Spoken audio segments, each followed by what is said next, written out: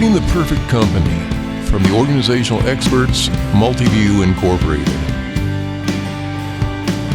This content is based on MBI's work with over 1,300 organizations, extracting 989 data elements with 922 cross-calculations over 27 years on a monthly basis, and then systematizing the operational success patterns of the 90th percentile.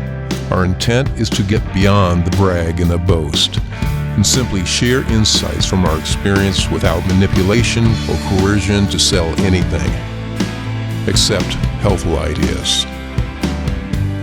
These messages range from intimate recordings from the Awakened Forest to concerts, national conferences, and broadcasts.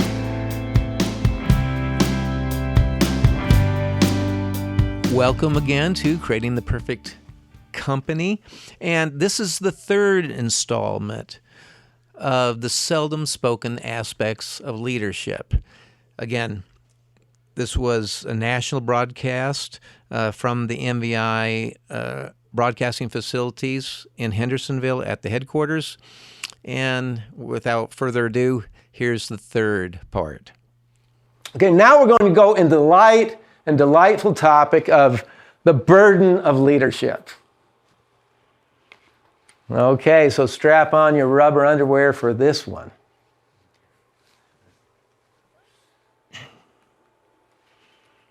The burden of leadership. First, as discussed, winning. And consistently winning. We will not win all the time, but we have to win enough. Next, being pragmatic. Anticipating and facing the realities of this world. Also, I'll call this accurate thinking. Rather than, hey, I would like the world to be like this. I would like this to happen. No, what is the brutal reality of how human beings, they wake up in the morning, they have their clock, what are the, and harnessing that.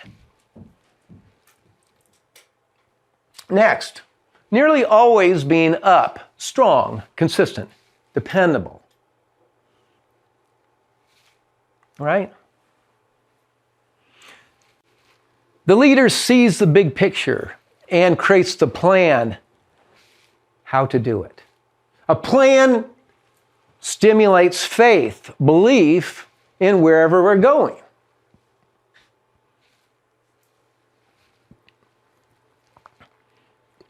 Next. The leader critically evaluates its people, or you critically evaluate your people and their value or contribution to the company. And you may like somebody, not enough of a reason to keep them. They may have been there at your company for 20, 30 years. That is not sufficient reason to keep somebody. And this is where when we design clever ways of compensating people and they're not producing, they automatically eject. Creating what? A self-regulating system, which is ideal. But what value are they really contributing in their position? Do I need to reposition them? Recognizing your own weaknesses, constraints, shortcomings. Willingness to take criticism. And I'm surprised how many CEOs are not willing to do this. I was done all kinds of things, and sometimes people get back their evaluations and go, oh, that doesn't really count because my stuff is so high level, just common people don't understand really what I'm saying, or whatever. People have all their justifications. So the ability to take criticism, but recognizing, again, nobody just has the whole thing. And you should be hiring the smartest people you can, people that are brighter than you, I mean, I've got Nancy doing all kinds of stuff that only she can do. Bernie's over here, Jim, Alex. I mean, these are all role players in this organism, this human organism, called Multiview.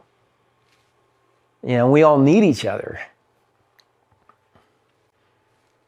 But Even again, lasting everyone's got to be 10 pulling years. their I'm always part. amazed. I hear multi-view. But we're up on recognizing 30 our years. weaknesses, and hey, we need to backfill here. Like 30 years of And I'll just say this, quantification, we all evolve as like human no one beings. else, And no I always other tell people, benchmarking work your company way out of does. your job. You know, at the beginning of Multiview, I was doing GL work and installing the financial system, SIMA support, doing the first cost report ever done.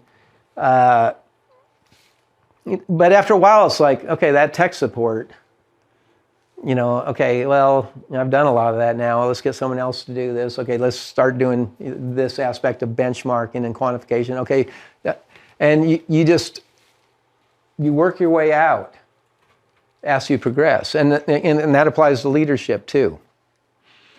All I know is it's just like down at Palm Beach, you know, I got finance, and then it's like, okay, well, you're a programmer too? Okay, then, you know, all IT's, okay, reporting to you. Oh, and resale shops, you ever did that? Oh, okay. And then, hey, that becomes a success. Okay, oh, inpatient unit. Oh, I'm not a clinician. Okay, run this. Okay, well, that ends up being a success.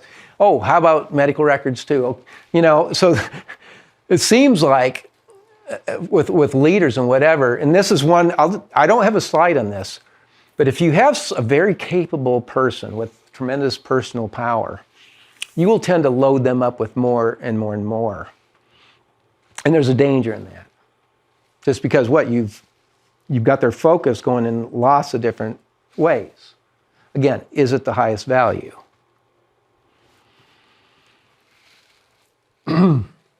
Humility and openness, we've already talked about this. We need to be open to other views of the world and other ways of doing things. Pressing yourselves and holding yourself to high standards. That is definitely a burden of leadership, you know. But hopefully that's a habitual thing, that we tend to be integrous. We tend to push ourselves. We tend to come in with the plan already made. I mean, I did it on weekends. It has to be in the morning. I did it with a screaming wife number one over me. Yes, I was knocking out my CPA and all this stuff. And then that ability to say, hey, that's not just good enough. This needs to be great, whatever your standards of quality are. Leading from the front. And I'll talk about that a little bit more. I mean, for example, and I'll mention it again. Let's say you have an inpatient unit. Well, a lot of inpatient units don't do very well. If we're managing, they'll make money.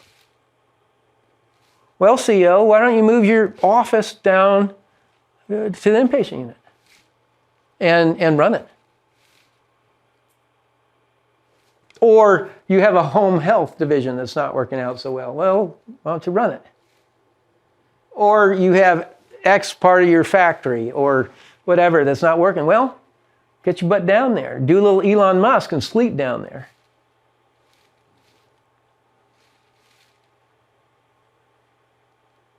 Or Sam Walton, you know, get in his little plane and go into the problem spot. Okay? Leading from the front. Holding people accountable via pain and not losing the talented people. That's a skill. It's an uncomfortable thing. It's something that you gain with practice over time. You gain confidence in how to do it. You should probably never like it unless you're got a screw loose somewhere or whatever, but it's a skill. How do you do accountability? That is, administer pain, corrective action, without losing that talent. Again, some self-control in there and all that. Okay, trusting others as part of the burden of leadership. Trusting others, knowing your heart will be broken repeatedly. If we're going to grow anything, we've got to trust others, and they will fail you. You will overestimate their intelligence, their I shouldn't say capability. I think more people, they have just loads of unexplored potential. They don't know it. But a lot of times a leader will ask people to do things that you believe they could do, maybe they have the capability, but they don't do it, either through lack of confidence, or maybe they're just not bright enough to do it. You overestimate their willingness, perhaps. So your heart's going to get broken. But that's just part of the job.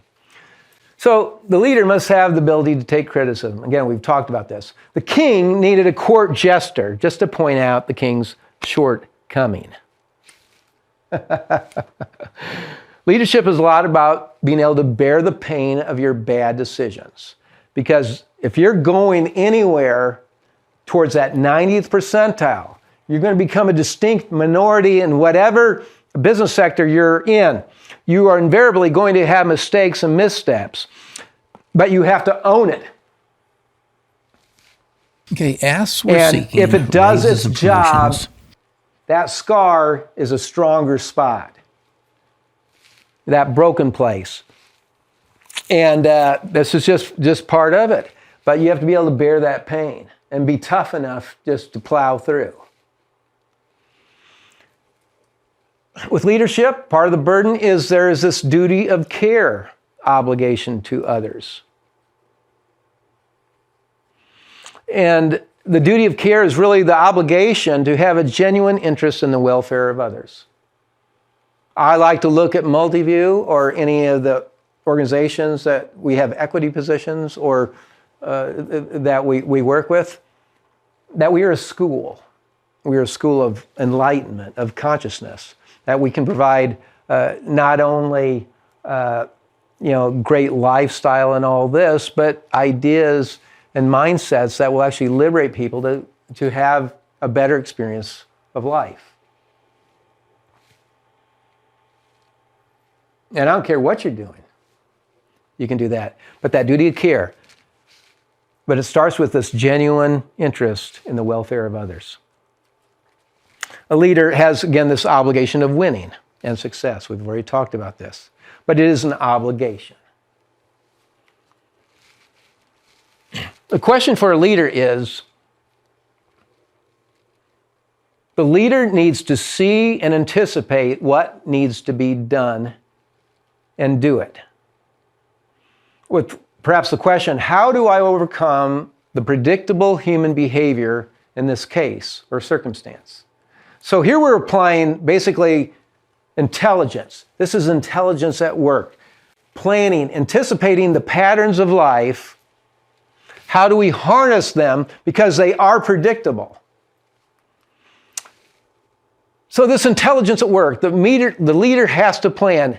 That is, anticipate all of the all the practical possibilities, I should say, or outcomes of the decisions that they're going to make.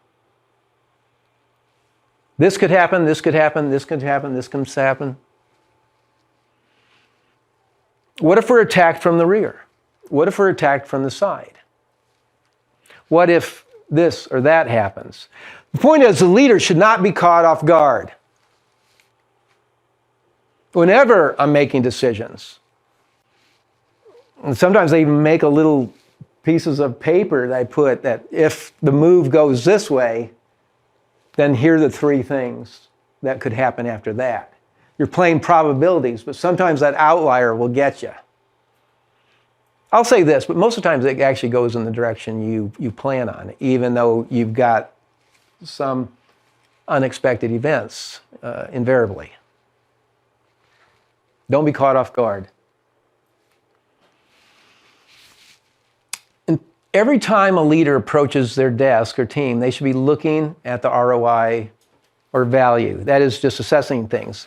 Asking questions. Questions have energy. Do I have the right people in the right places, in the right positions in the organizations? What if X or Y happen? Are we positioned for managed care? Are we positioned for this? Are we positioned for that competitor that's doing the MBI model better than us, that's going to decimate us and half our patient volume? Are we prepared for that? What if we lose that contract? What if whatever? Is the nurse that's been with us for 23 years still providing enough value for what she's being paid? Are we failing people because we aren't providing great training, processes, and systems? That's Those are the ideas every day that need to be on our mind when we're approaching our desk if we're the CEO. And really, any of the subunits as well. We're in character a little bit, right? Or burden, really. But character can be defined as follow-through, dependability, as well as the willingness to admit failures and missteps. But I find there's all kinds of leaders that are caught up in this busy world. They're not responsive. They don't get back with you rapidly. And therefore, these voids are created. There's frustrations in all this. They say they're going to do something. Oh, I forgot about that. I guess you should have written it down. But a lot of people aren't even smart enough to write things down. They don't keep a physical list. I'm going to put it on my phone. This phone's going to remind me what I need to do. And you look at a phone logically. It's this antithesis of focus. Yeah, you can have it there, but it's going to have text. It's going to have pop-ups. You're going to get phone calls. You're going to get emails for some of us. I don't even get them on mine. I mean, it's like, and so you got this thing that's just taking you in all these directions, and we wonder why we're not effective. Okay, let's keep it light here.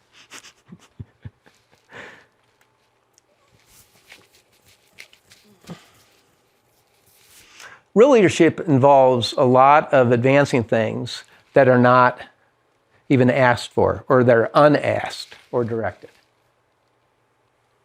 What am I saying there? I'm saying that you see something that just needs to be done. You've not been specifically directed to do it, and you just handle it. And then own whatever result that you get from you just taking the personal initiative to do it. That's a leader. That's how one of the steps moves that you can identify promotable people into leadership. Let's just say this, part of the burden of leadership. Leadership, important and significant decisions are rarely popular. Why? You're upending things. You're saying, we're going to go in this new direction. We're going to put in this new quality initiative called Multiview. We're going to do this, and people are going to be subjected to intensive training under stress conditions. When they're being used to be pampered. These are big moves. You think everyone's going to say, hey, yeah, I can't wait to get my butt paddled through that thing. And I can't wait to be stressed out doing that. And even though it's going to be good for me to take the medicine. That's leadership, is it not? So real leadership can be a very lonely place, as it's not about popularity. And often you're taking people where they don't want to go. Okay, like I'm using an example here. NHPCO banned me for life at one time. I gave a talk, and I used to talk every year. I've probably got a little bored with it or whatever. So 20 some odd years at the national conference. And I was used to being booed and everything, because what we're going to talk about is not commonplace stuff normally. Anyway, so I pointed out some issues about cherry pickers, that some, organizations are going to say, hey, let's just take all these cheap patients. Ooh, this person's going to be cost a lot. Let's not take them. And I pointed out different aspects of division. Anyway, and there's a few other just realities. And then I got this letter. You are banned for life from ever. Coming to one of these things or whatever. And then a bunch of CEOs said, I don't think that's such a good idea. So they basically forced me back in, or, they put so much pressure on the national organization that's how I got back in speaking. And they reversed course, but you can't talk about this. And said, well, if I can't talk about best known practices, things that may disrupt things, then I have no place. And I remember I hung up the phone again on them. And then, but I got back in. So a lot of times, what you're saying, especially truth, you can alienate people and become very unpopular. But I think a real leader is a truth seeker. What's the best way of doing this or whatever? And like I said before, leadership is this land of broken hearts. So prepare to have your heart broken repeatedly by trusting others. But there's no way to do anything on a material scale without the help of others.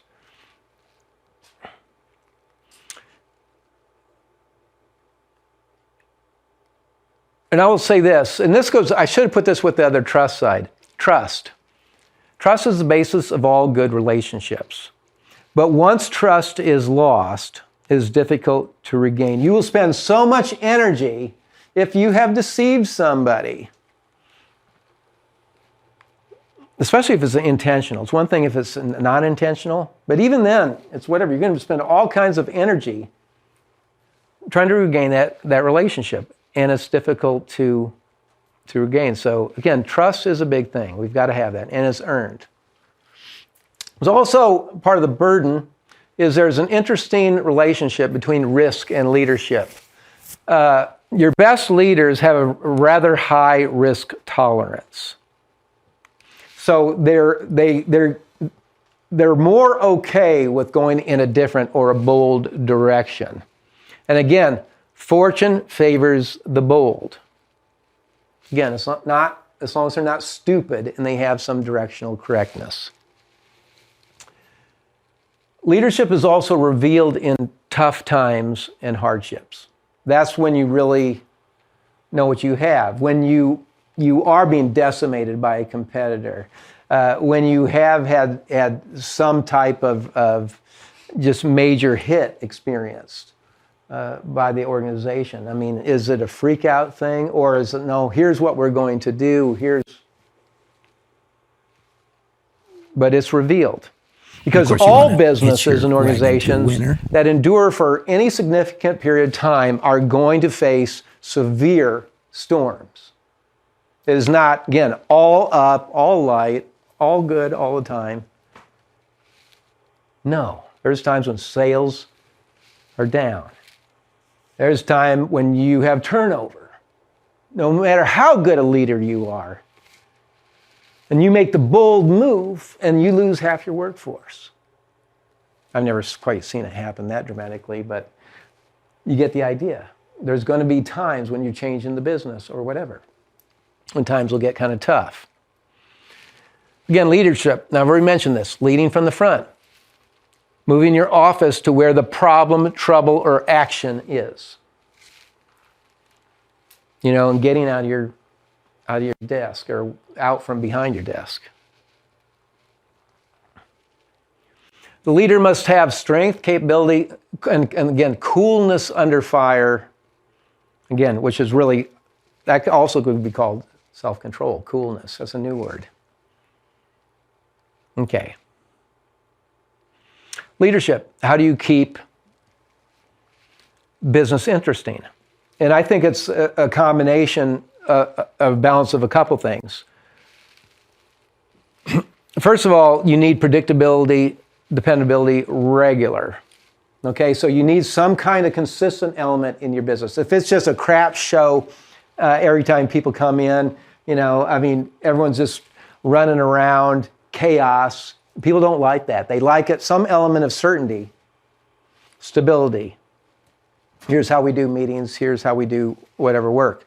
But they also want the interjection of something new, the surprise element, the new initiative, whatever. So there's a balancing act to keep the business interesting because you need to retain them and people will leave when it becomes a bore.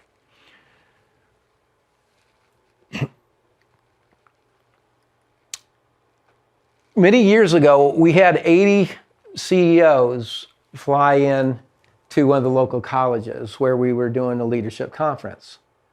And I had I gave them all like index cards, and I said, what is your number one frustration or problem? And 70% of them that came back wrote that I held on to poor performers for too long. I think it's much better to be quick to fire people. Now, you'll make some mistakes. I've certainly made mistakes, but it's much better to be quick to fire than to say, well, let's just give her another little more chance, because I'm feeling a little squishy today, feeling a little weenish. Let's just play this out a little longer, so therefore we lose more money, we have more suffering, we lose lots more good people. And we're thinking we're being kind or whatever, but really we're just punting the can down the road rather than saying, well, this isn't working out, but we're smart enough that there's a number 2 already identified. If we're using the NVIDIA system, boom, she gets the job, or he gets the job, or whatever. So that's the planning for the tack. If this happens, a replacement is already designated. How brilliant. Now, let me just say this. There are loads of people that could be leaders in your hallways right now. I can go into a small organization with 30 employees. Most people have not find a few even people paid that really a have the fraction. chops. I can go into 1,000. To merit. I mean, I get these ridiculous calls from CEOs that say, Andrew, I need X, I need Y. And I go, you mean you've got 1,000 people working for you and you can't find this leadership position? I mean, I get it if someone has some kind of technical aspect that is uncommon, like how to code and, certain computer language or whatever. That's not that many, but not for so many of your operations. There are people that know and actually want a shot at being able to do it. Someone had to take a bet on me at some point in my life and say, that snot-nosed Reed guy, he's kind of a plucky guy, let's give him a shot. I mean, let's not even get any more money. Let's just say, try this. Let's see if it works out.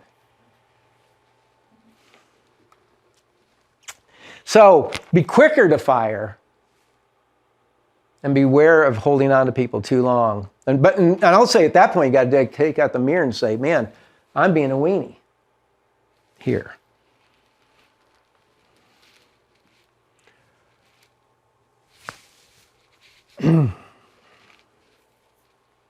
Okay, I'm going to keep going.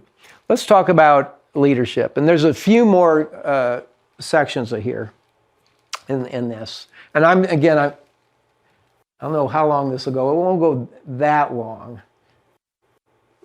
So I'll get it going. But I don't want to leave anything out because I don't want to have to do this again. Leadership, conditions for success. So a leader is inherently a manager. And what a manager does is a person that can direct energy and resources to create conditions for success, because you can't control people. And it's always in this order, that you direct energy first and then resources. Again, I use the illustration of money. You have $1 million sitting in the bank. That money doesn't go anywhere or to any purpose without the energy of a leader to say, hey, I want it to do this. Put it in this or whatever. So that's the number one thing that you regulate and manage within yourself, within your organization, but to create these conditions for success. Again, a manager can't control other people. A manager can't make a person a success. You cannot make another person a success. And I've been under that spell or delusion so many times in my life. And then I get slapped in the face and go, are you going to get this lesson finally, Andrew? Okay. So a professional manager or leader understands what they can control as well as what they can't control. And this leads us to this idea of conditions for success. So the job of the manager or the leader is to provide conditions for success. And that's really what you're doing in an organization. And that's going back to the illustration of the garden, the seed. The seed, which is your employee that you plant. Again, you can't control if they're going to win the prize or droop over or die or whatever. So what are some of those conditions for success? Well, first is just providing people standards about their job. What are the standards of the organization so that people can self-regulate and own their behavior and performance? Great place to start. What are the standards? But I go to most organizations, what are your standards? Well, I don't know. They're not really written down. Well, are there 5? Are there 24 of these? Are they 16? No, we don't really have them. Okay. And we wonder why we have screw-ups and stuff. Okay. Next, knowledge deficits are eliminated by a System 7. That's, of course, an MBI system, or in Six Sigma, it'd be called intensive training. We want to transform the desire to do well into a certainty that we are well trained. And so, because our quality is going to be no more than the quality of our people systems, so we want to eliminate all knowledge deficits, so making it impossible for there to be knowledge deficits as far as the job. Next condition for success, the compensation system tells the employee via every paycheck or immediately whether they're in or out of standard. And this helps them, again, self-regulate, own their work. Work is simplified on all levels, and tools are provided to support success, especially of your centralized computer system. Like in healthcare, it'd be an EMR, right? An electronic medical record, or whatever. Because if people get frustrated with the tools involved, well, you're going to lose those people.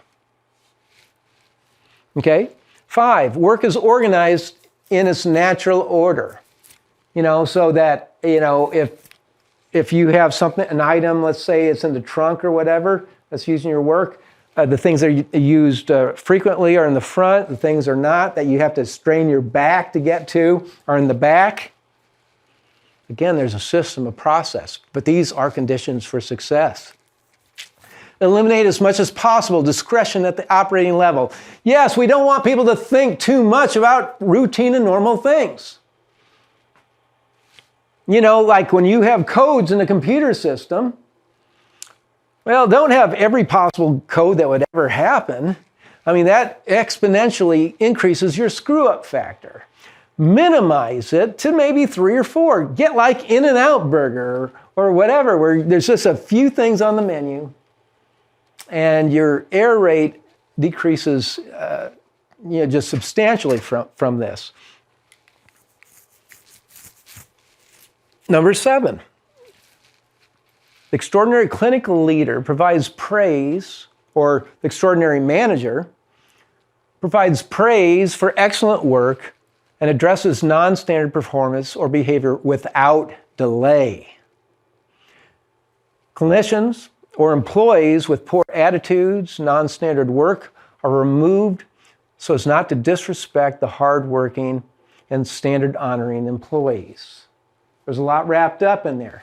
But here we're talking about accountability, that you do not give out false praise. I don't tell people they're doing a good job if they're not doing a good job. I say, let's have a talk. Hey, do you know what the standards are here? Of course. Why aren't we doing them? But you do it without delay. And because if you allow sub-performers to remain at the organization, you disrespect the hardworking. And suddenly, they disrespect, first of all, you as a leader because you're a wiener. And it's like, wow. So this person will tolerate that. And we always have to be careful what we tolerate.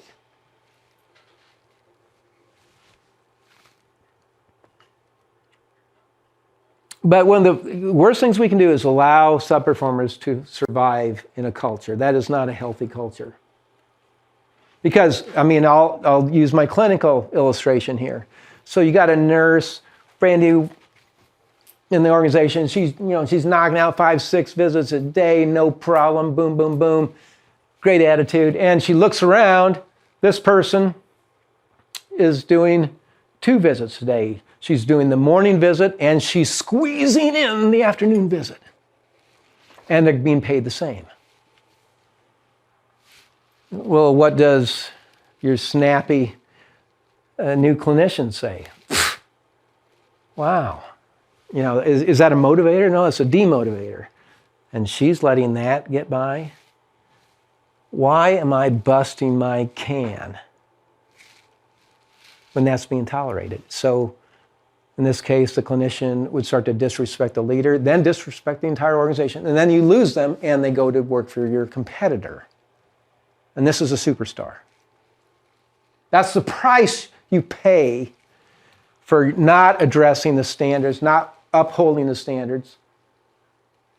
And it's part of conditions for success.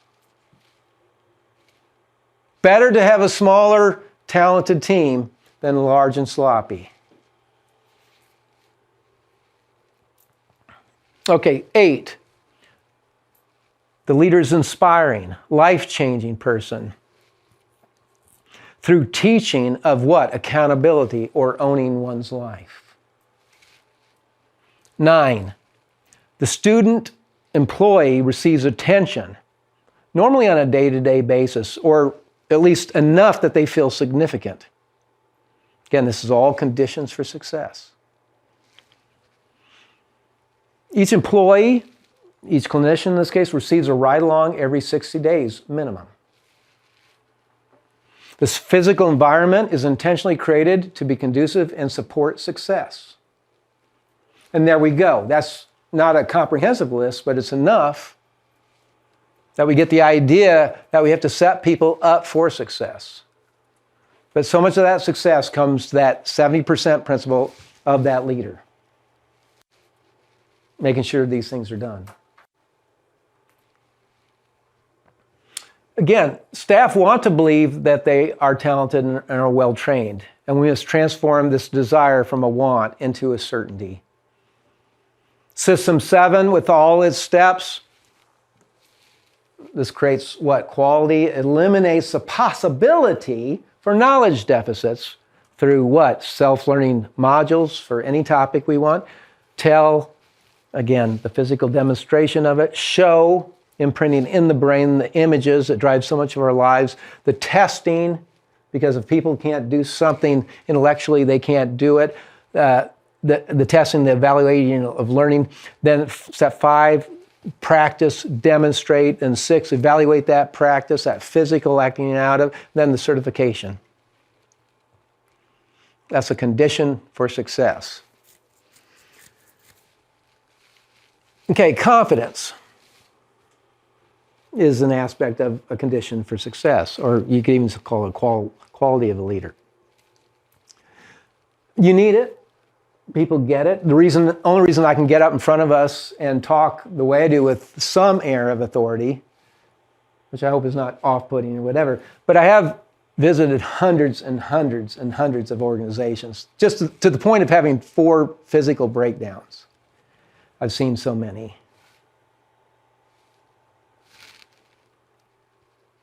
And it's really from doing this for a long time that you gain some authority and some confidence. And watching the patterns over and over. Nancy and I were just talking about, we put in these success patterns, practices, as some people say, and they'll always produce a great result. Not the same result, but a similar result because it's pattern-based. So how can you, and that's why we have confidence in what we teach. But how do you increase your confidence? And probably the best way is successful practice. And if that successful practice is not on actual clients, but is done in a safe, synthetic place, much better than destroying a relationship or putting a bad taste in a client's mouth. So, again, conditions for success. The intentional creation of a workplace is one of the most underutilized ideas in most organizations. I don't allow people to put crap on the walls or whatever. I mean, I had one new guy come one time, and I just ripped everything he had on and says, we just don't do that there. Of course, he was gone the next day, but okay. We hope you are having the best day of your life. If you need something further, just visit one of the Multiview Incorporated websites or contact us through social media. Smoke signals, carrier pigeons, telepathy have not proven reliable. All calls are answered within 3 rings by a competent, real person. Thank you for listening.